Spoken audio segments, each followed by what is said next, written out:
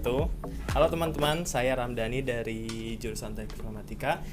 Kali ini saya dan juga teman-teman saya ada Anita dan juga ada Erik Akbar. Nah, kali ini kita akan mewawancarai salah satu wirausahawan yang ada di Bekasi nih.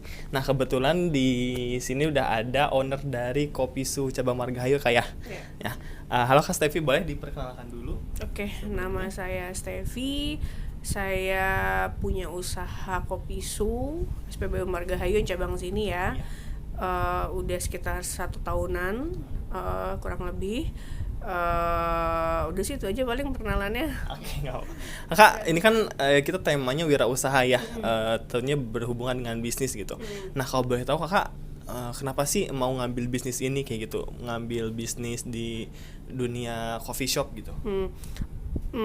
Awal muasalnya sebenarnya saya tadinya nggak mau coffee shop, tapi dulu tuh kayak saya mau ke makanan ya, pecel lele gitu usahanya. Tapi karena dilihat dunia perkopian itu bukan dunia yang memang musiman, bisnis musiman, dia jadi udah jadi kebutuhan coffee shop itu. Jadi kayak kopi itu emang harus jadi orang kantor pagi ngopi, siang ngopi, anak-anak muda juga nongkrong ngopi gitu kan. Jadi ya alternatifnya ya kenapa nggak dicoba gitu untuk yang coffee shop ini. Tapi emang udah berapa tahun coffee shop itu dari 2019 ke 2020 gitu ya, pas zaman covid kalau nggak salah yang si kopi kenangan, janji jiwa itu kan. Nah terus sampai sekarang pun masih juga gitu, dia nggak lesu lah gitu. Jadi ya itu jadi pertimbangan yang utamanya gitu. Nah, kalau misalkan Kakak sebelumnya ini Kakak emang udah ada basic dari kayak pengusaha atau memang baru nih Kak untuk di bidang? Sebelumnya saya pernah buka franchise kecil-kecilan, jadi kayak namanya Rainbow Pouch ya. Rainbow Pouch itu jadi kayak mocktail, minuman mocktail gitu. Terus saya coba di Sumarekon waktu itu, terus di beberapa tempat lah. Kan untuk persiapannya nih Kak sebelum ngambil bisnis ini Kakak mungkin menyiapkan apa dulu gitu? Persiapannya sih lebih ke awalnya kita browsing dulu ya. Dulu sempat sebelum Kopisu itu saya coba cari tahu bagaimana franchise-nya si Janji Jiwa, karena kopi kenangan itu tidak ada franchise waktu itu.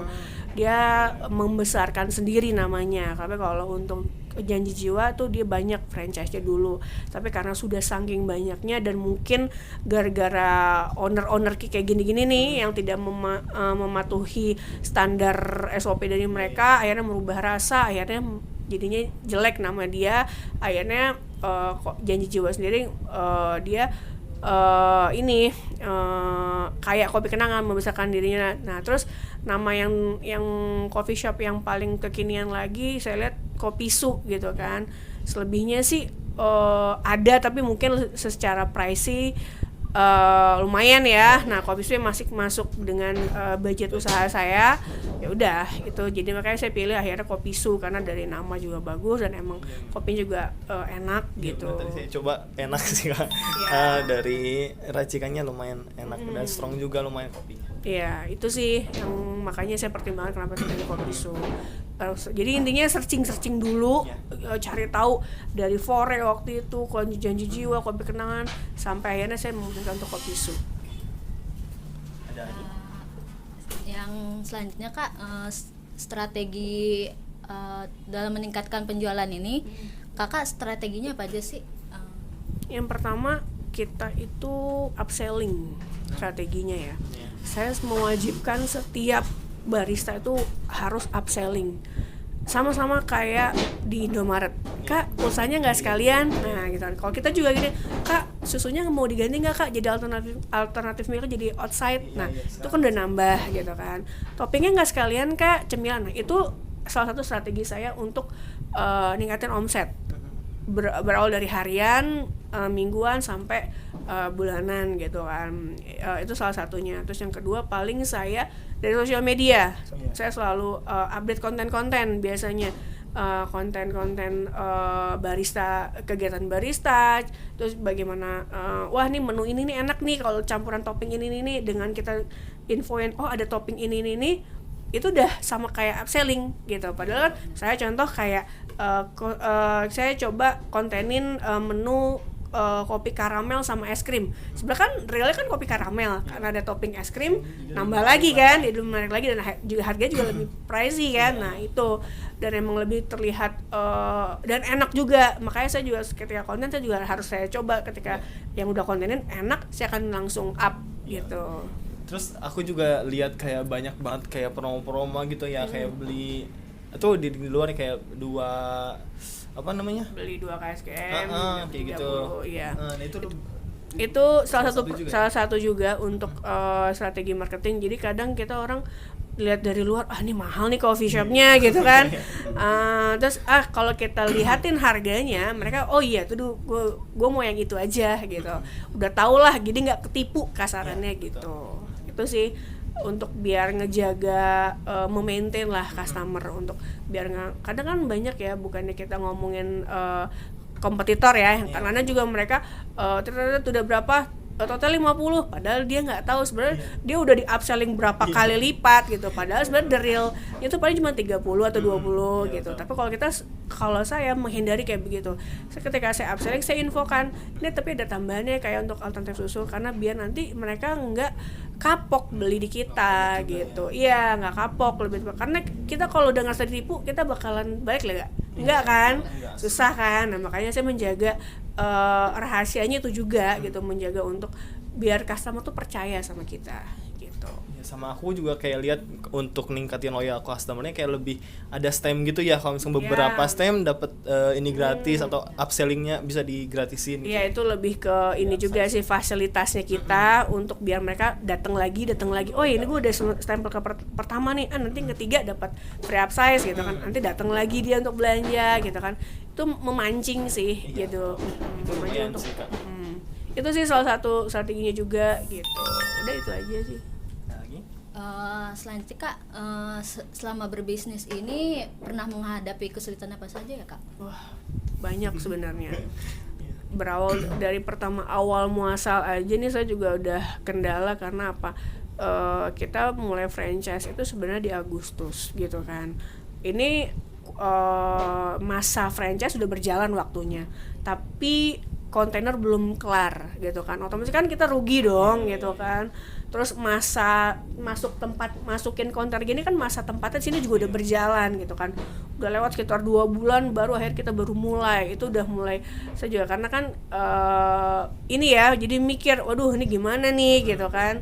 Itu salah satu kendalanya. Terus yang kedua kendalanya itu mungkin ya kadang yang saya pikir di SPBU itu 20, ini kan salah satu SPBU yang 24 jam ya. Wah kayaknya rame nih gitu kan, tapi ternyata di luar ekspektasi juga gitu. Emang kita harus pintar-pintar sih gimana cara kita memarketingin usaha kita juga gitu, karena kalau mengandalkan ini aja sebenarnya masih kurang sih gitu. Jadi kita emang harus gencar banget lah gerilya untuk kita memarketing, baik dari sosmed dan lain-lainnya lah yang tadi saya sebutkan itu. Kendalanya itu yang paling ini sih. Selanjutnya Kak, saya mau tanya, bisnis untuk 5-10 tahun ke depan, apa ada planning mau buka cabang baru apa yang lain? Oke. Yang pasti ini saya ngabisin dulu 3 tahun ini. Kita lihat gitu. Ini udah tahun pertama, sisa 2 tahun lagi. 2 tahun ini berjalan lancar atau enggak? Kalau emang berjalan lancar, walaupun saya sih kepinginnya sih memang usahanya di bidang nilai, karena udah ada base-nya nih di sini gitu kan, dan mau ada peralatannya semua udah lengkap. Paling enggak ya kalau enggak ke coffee shop ya paling ya ke tempat ya F&B lah intinya gitu. Karena udah ada basicnya dulu. Iya, lebih ke dunia F&B aja gitu untuk beberapa tahun ke depannya. Terus saya mau tanya lagi Kak, apa ada saran untuk pebisnis pemula, misalkan seperti kita ingin membuka usaha gitu? Saran dari saya untuk pertama kali bisnis, terutama untuk yang komersial kayak begini ya, ini kan jatuhnya udah bukan coffee shop yang murahan. Jujur ini aja saya modalnya itu udah hampir 250 jutaan gitu, hampir ya 250 sampai 270-an lah gitu. Jadi lebih baik untuk memulai pertama kali untuk dunia coffee shop yang kayak gini ya, yang franchise ini, mending ambil franchise, jangan pernah kita coba sendiri. Kalau karena kita pasti tuh bakal nemuin satu, entah kita ditipu sama orang masalah biji kopinya, entah kita nanti bahan-bahan bakunya, oh ternyata gini nih, atau di club itu saya aja pernah juga di iniin kan, itu salah satunya kontainer ini gitu kan. Kalau kita ambil dari paketan di franchise itu mungkin emang mahal, tapi emang kita udah worth it gitu. Tapi kalau kita cari yang murah, ya resikonya kita emang bisa benar-benar murah dan bagus, atau murah tapi jelek gitu. Itu sih mendingan coba franchise dulu aja biar tahu selak beluknya. Kayak saya nih, franchise dulu baru itu gitu kan. Yang benar-benar realnya mungkin cafe gitu, coffee shop yang kayak sekarang itu banyak tongkrongan kayak gitu. Jadi mungkin kalau untuk starter gitu kan, kalau untuk yang baru mungkin lebih ke franchise, karena mungkin satu udah ada namanya juga ya kan, mungkin akan lebih mudah nanti ke depannya gitu. Kalau misalkan udah ada basic segala macam, kalau dia mau mengembangkan lagi bisa ya kayak gitu. Tapi kalau haluannya lagi kan bisa kayak misalnya nambah makanannya gitu kan, makanan kayak bener-bener di cafe banget gitu kan. Nah itu. Terus kayak kalau misalkan di pegawainya, kayak kalau misalkan kamu tahu di sini pegawainya udah ada berapa ya? Sekarang ini ada 5, tapi itu part time semua. Jadi mahasiswa yang memang dia cuman bukan cari duit, tetapi cari senggang, daripada dia nongkrong nggak jelas, dia cari duit di sini. Itulah yang saya manfaatin juga gitu. Udah sekalian belajar di sini, dan kebetulan memang ya mayoritas dari barista saya emang kebetulan sepupu saya sih. Daripada kita kan udah terpercaya ya gitu kan. Ya itu sih, tapi 2 ada yang di luar gitu. Lebih aman lah ya istilahnya kayak gitu. Ngebantu adik sendiri juga sih. Enak lah ya kalau misalnya udah satu keluarga terpercaya kayak gitu. Ada lagi? Cukup. Kakak mungkin karena emang kita juga durasinya dibatasin ya kayak gitu. Mungkin kita segini dulu gitu kan. Sebenarnya ini masih banyak sih sebenarnya. Terus kayak inspiratif banget kan untuk kakak sama orang-orang yang mungkin mau start bentuk bisnisnya di luar gitu kan. Apalagi anak-anak muda sekarang kan udah kayak mikirin banget ke depannya kayak gitu. Kakak sekali lagi terima kasih atas waktunya gitu kan, udah mengganggu waktunya. Semoga bisnisnya akan lebih lebar, lebih sukses. Amin, kayak gitu. Makasih ya Kak. Amin ya. Oke, terima kasih.